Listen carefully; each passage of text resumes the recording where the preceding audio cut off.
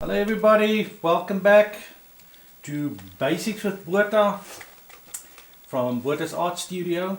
So what we're going to do here, we're going to work with the three primaries, blue, red and yellow.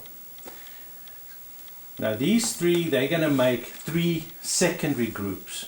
So we got the primaries, the secondary groups, and if we look at the blue and red gives you purple, red and yellow gives you orange, yellow and blue gives you green. So we got those three, purple, orange and green.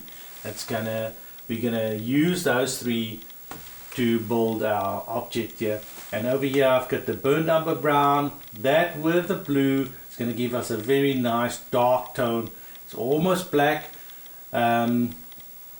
which is a very nice combination to use. And then of course we've got the white. So the idea is to be able to make an object look round. So what we're going to do is I'm going to use the blue, a little bit of brown there, and then we'll see.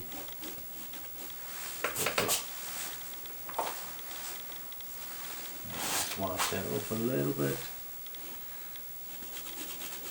Yeah, we've got the blue there. So what we do is we're going to make a round circle like this. Doesn't have to be beautiful, pretty. So now the idea is to make this round object look round like a ball. So now we can decide where the light source needs to come from. I'm going to take it from this side so it hits it over there, and to achieve that what we're going to do is give them a little bit. So I'm going to start with my dark tone. Start with your dark tone. So you'll see, I just want to make it a bit more blackish, not too bluish. And come around the corner, something like that. So we go black there.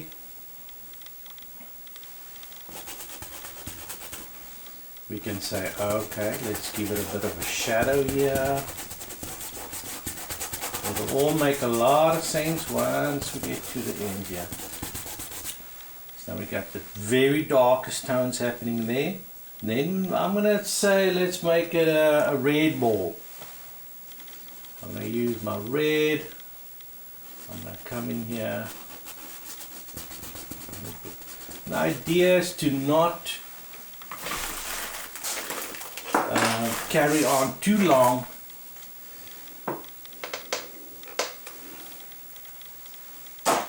Okay. So the idea is to put your paint down and don't carry on too long there. Let it just merge there slightly with the black, for instance, and then you clean your brush, wipe it off, and now we're going to go from dark red, maybe go with an orange. You know, we can do an orange tone there. Again, like that. So we're going to see the visible jump from one tone to the other, from dark, lighter, that sort of way. And the idea is to paint very loose, don't go on too long, because if you go on too long you start blending, and we want to practice the merging where the two tones just merge into each other. We're not going to blend, that sort of thing. We're just going to make it merge. Yeah, I can use then clean yellow there. So we come with a yellow there, like that.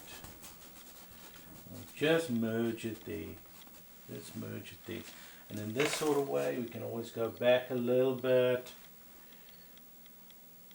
Go like that, and I can sort of go in there and just play with it a bit more like that. You don't have to press hard. Let the paint just release. Let it just release. It will do it all by itself. Doesn't need any help there. So I want to go there and I add my lemon yellow there. Go like that. I can then maybe say I want this a little bit higher up there.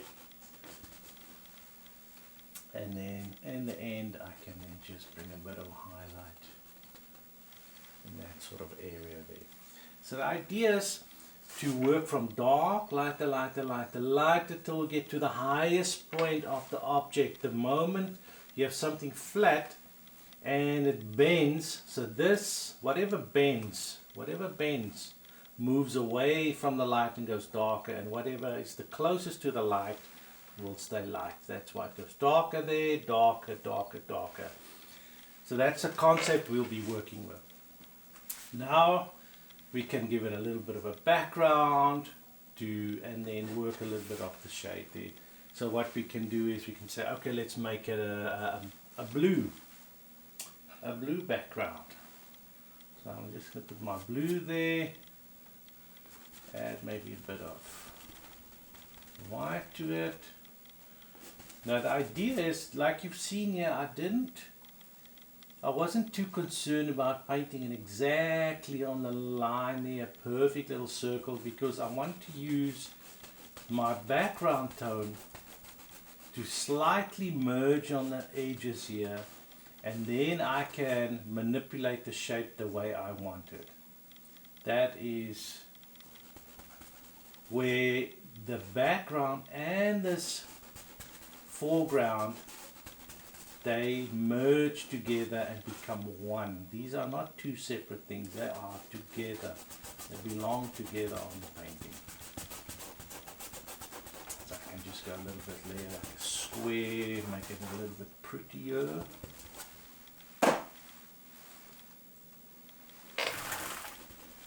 Okay, now we're going to go a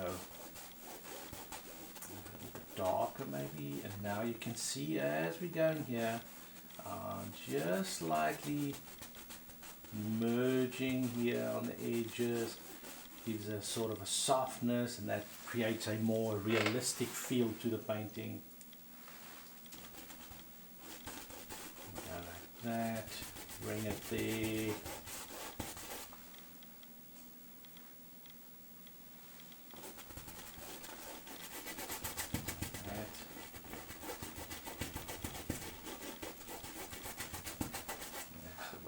Do this. So we go from light to dark, come again in here, come in there with a blue. We could maybe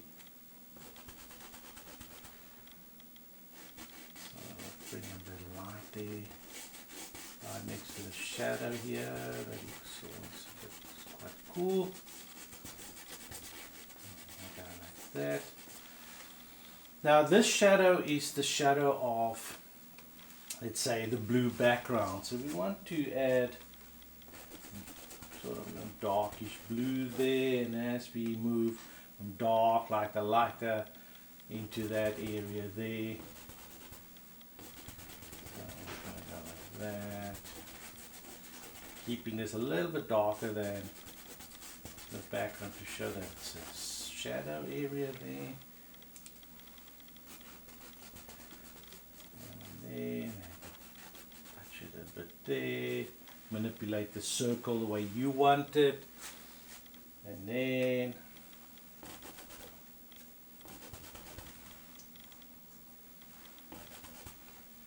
make a little blue in there. Again, touching the sides, merging it slightly. And by doing it like this, you learn how to pick up your paint, how to apply the paint, how to create three-dimensional objects,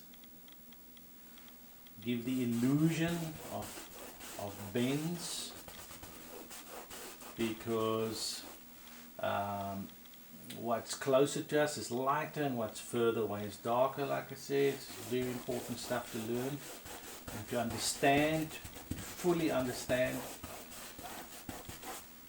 So through this very simple looking example, there's a lot of things to be learned here. So very important, try not to paint too long in an area. I want you guys to learn how to merge and not blend, very important, and that is gives a nice alla prima looking oil painting. So that will conclude everything for today in this episode, and I'll see you guys in the next one. Bye bye.